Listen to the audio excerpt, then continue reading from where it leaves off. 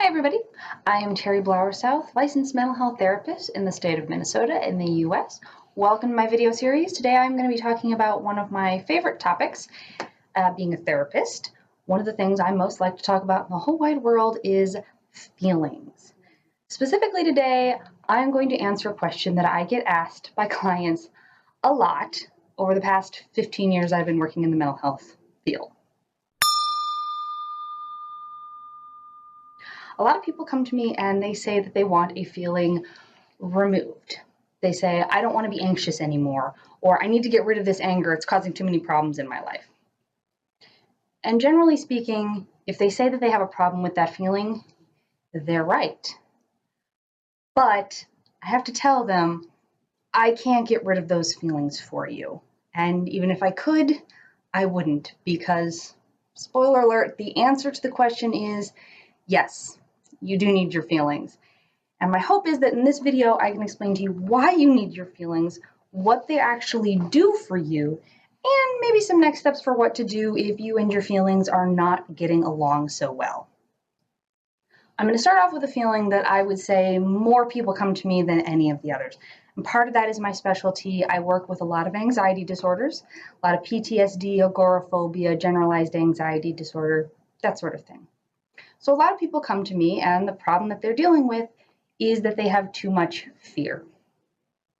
Now there are thousands of feelings. I have multi-page sheets that are nothing but lists of different feelings, but mostly they're just different combinations and intensity levels of the same kind of feelings.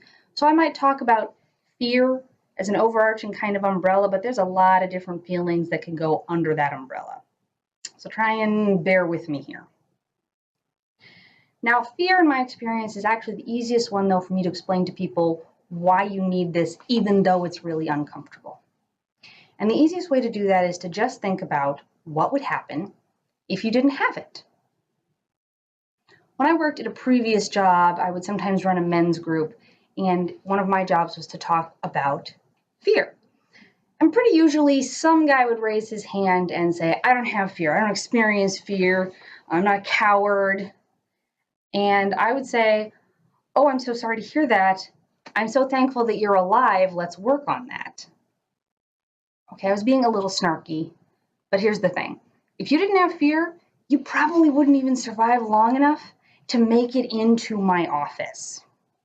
I'll give you an example. I have a daughter. She's a year old. She's the apple of my wonderful child, but there are things that she doesn't yet know to be afraid of that I would like her to be more afraid of. She doesn't think about running out into traffic. That's not a problem in her mind. She's not afraid. So what does she do? She tries to run out into traffic. Fear isn't cowardice. At least it doesn't have to be. Fear by itself is that little voice in the back of your head that says, maybe don't. That could be dangerous. That could be a bad idea. Let's not take that risk. If you didn't have fear, you would be completely reckless. You would not fear losing things that are important to you. You would not fear for your safety, so therefore you wouldn't protect yourself. Fear is kind of the easiest one to understand, is that really at the end of the day, fear is trying to be on your side. Fear is trying to take care of you. It doesn't always do a good job, but it's trying its best. Like a guard dog that barks at squirrels, okay? Now the next feeling that I would say a lot of people come in to tell me to ask me to give them help with would be anger. Now, anger is a little tricky because the consequences of anger run amok can be really bad. I've worked with a lot of people who've been to prison because of things that they did when they were angry.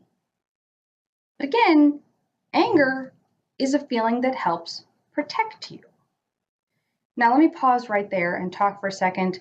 A lot of people have been told by licensed mental health professionals, some of which are very intelligent people with excellent credentials, that fear is what we call a secondary emotion that's covering up for grief or anxiety or things like that. And it can. I agree with that 100%. A lot of people will put anger in front of whatever else they're feeling because they're trying to defend themselves. But at the same time, I have to kind of take issue with that. because I can be angry about something that's happening on the other side of the world that doesn't directly affect me. Because I have a sense of justice and I have a sense of how people should be treated. Now, is something going on in the Ukraine actually threatening me? No. I'm safe and cozy in my office in Minnesota. But I can still be mad about it because I still have a sense of my own values. And at the end of the day, that's what anger is about. It's defending your needs and your values. Let me give you a scenario.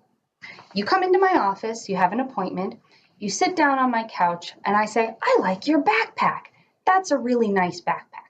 So I pick up your backpack and I leave. What would you do? My guess is you're going to get your backpack back. And you should. It's your backpack. Someone who didn't have the capacity for anger, who anger was completely gone from, would be a complete doormat. They would get walked all over. They would be taken advantage of. I see some clients who actually need more anger so that anger can motivate them to defend themselves, people they care about, causes that are important to them. Without anger, no one would care. We would be complacent. Problems in the world that need fixing wouldn't get fixed because no one would be angry enough to change them. Again, I'm not trying to downplay how much harm anger can do. I'm just saying that when it comes to the basics, you really need this feeling. Otherwise, your life is going to be a mess. Another feeling that I get people complaining about is envy or jealousy or things in that nature. And this again, can be really corrosive, especially in relationships, can really mess things up. But a long time ago, I had envy that did me a lot of good. I was a pretty bad student for most of middle school. And then one day, a friend of mine who'd been very depressed, suicidal, really struggling, started seeing a therapist. And that friend of mine started to get better. Their life started improving. They were smiling. They were laughing.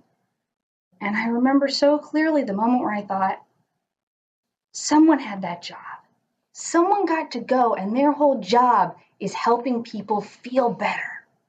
That's amazing. I want that.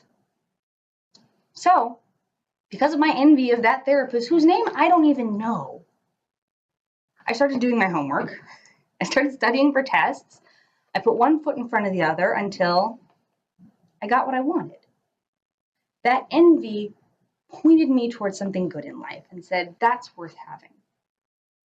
Now, if you spend all your time being envious, focusing on what other people are having instead of being grateful of what you have, you're not going to be happy. But envy by itself, the ability to experience envy, is a good thing because it can help us figure out what we want in life and steer us in that direction. Okay, let's talk about guilt. Guilt by itself, actually not that big a problem. Usually when people come in and they tell me they have a guilt problem, what they actually have is a shame problem. But shame is just sort of guilt turned cancerous. Guilt by itself is supposed to show up when you have done something that violates your own values. Okay, so I kick a puppy, I feel bad. I think kicking puppies is bad, so now I feel bad. And that guilt motivates me to not kick puppies. Okay, ideally, the guilt kicks in before I kick the puppy, and the guilt prevents me from doing bad things that I shouldn't do. Now, if that guilt becomes I am bad instead of I did something bad, we're going to have a problem. Or if I'm guilty over things that are outside of my control, or if I'm guilty over things that aren't my values, but they're the values that people around me have told me I have to obey, we're going to have problems. But guilt is what keeps us from being bad people, hopefully.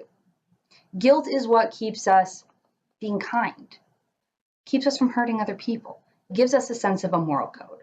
My guess is you would like to have a moral code, which means guilt has to stay too. It's another feeling that doesn't feel too good, but it's got to stay.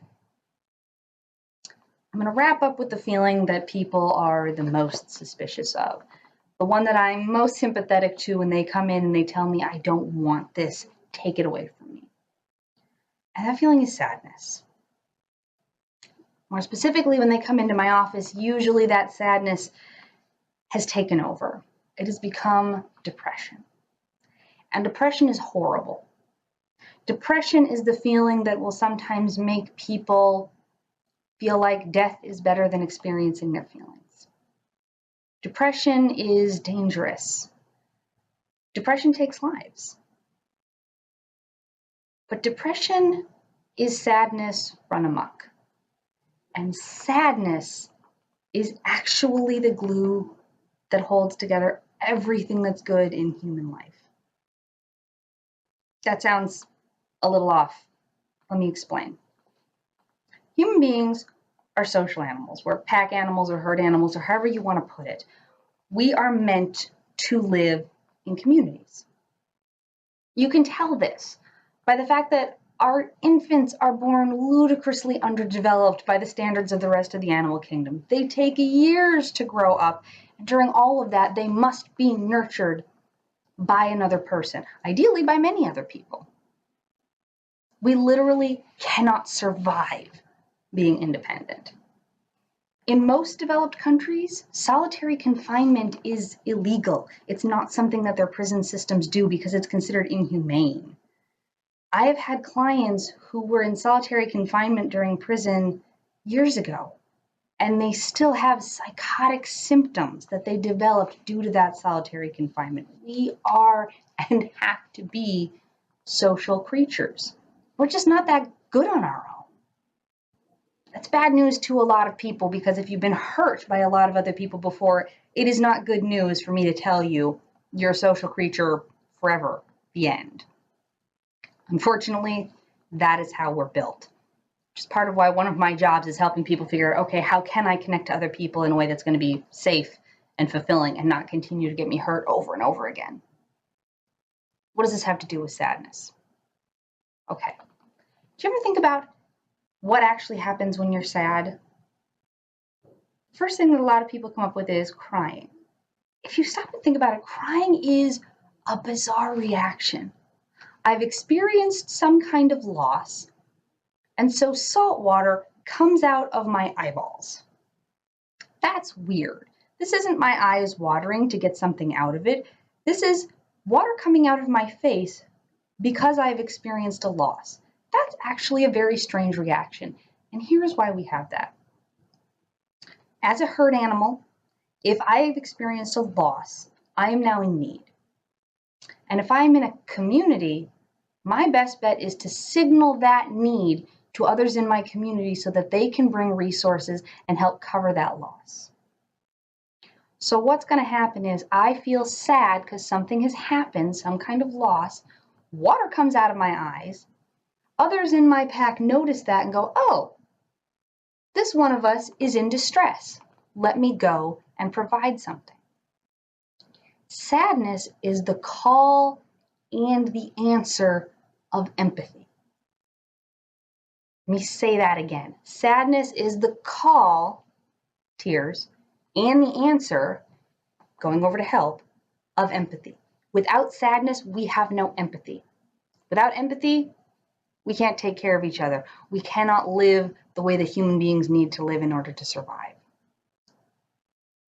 Now, this may or may not be comforting to you if right now you're struggling with depression. But it's actually good news. We don't need to make the sadness go away completely. All we need to do is make sure that the sadness isn't keeping you stuck in a loop. Because what it's supposed to do, that call for help, sometimes it gets overboard. Sometimes I can get so overwhelmed with that signaling pain that I stop getting up.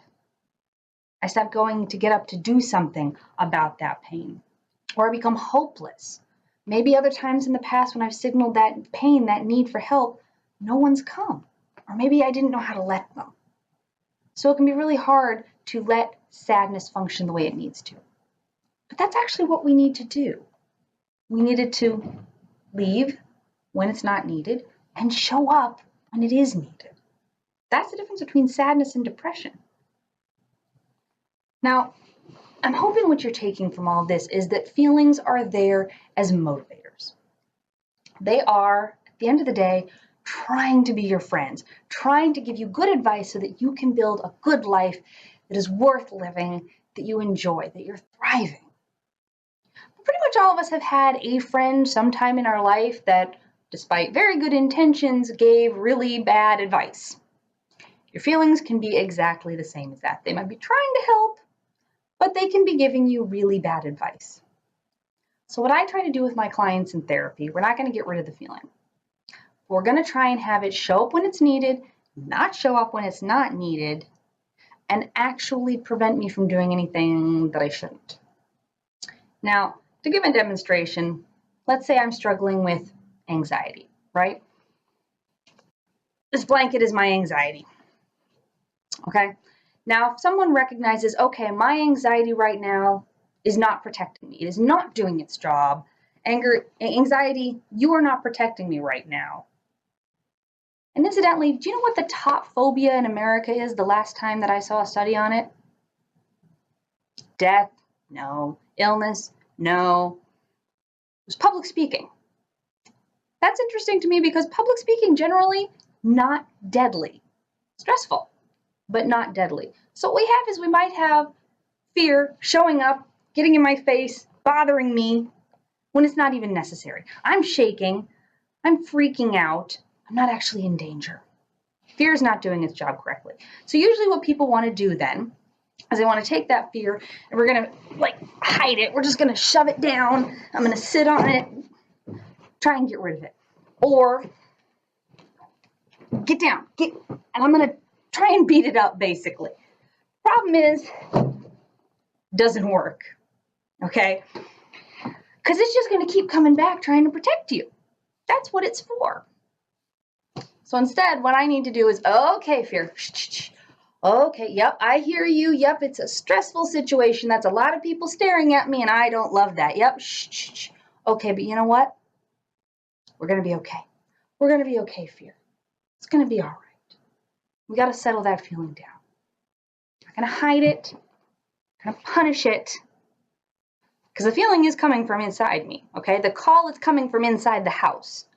And if I try to beat that feeling up, all I'm doing is beating myself up, and that is not going to make me feel better. I will tell you right now something that I've told 100 clients. You cannot hate yourself into a better version of yourself. That goes for your feelings too. I want to learn to work with my fear, okay? I want to learn to have a good relationship for my fear so it can wrap me up, protect me, take care of me when I need it. And then when I don't need it, I can put it away. That's what I do. That's what I hope if you need, you find someone to help you with. You don't have to get rid of your feelings. All you have to do is learn to work with them. Okay. I hope that this has been helpful. I hope this has been educational. Please, if you feel like you need it, I hope that you reach out and find help. There's a lot of people like me. There's a lot of people like me out there who really, truly want to help you and your feelings. Good luck.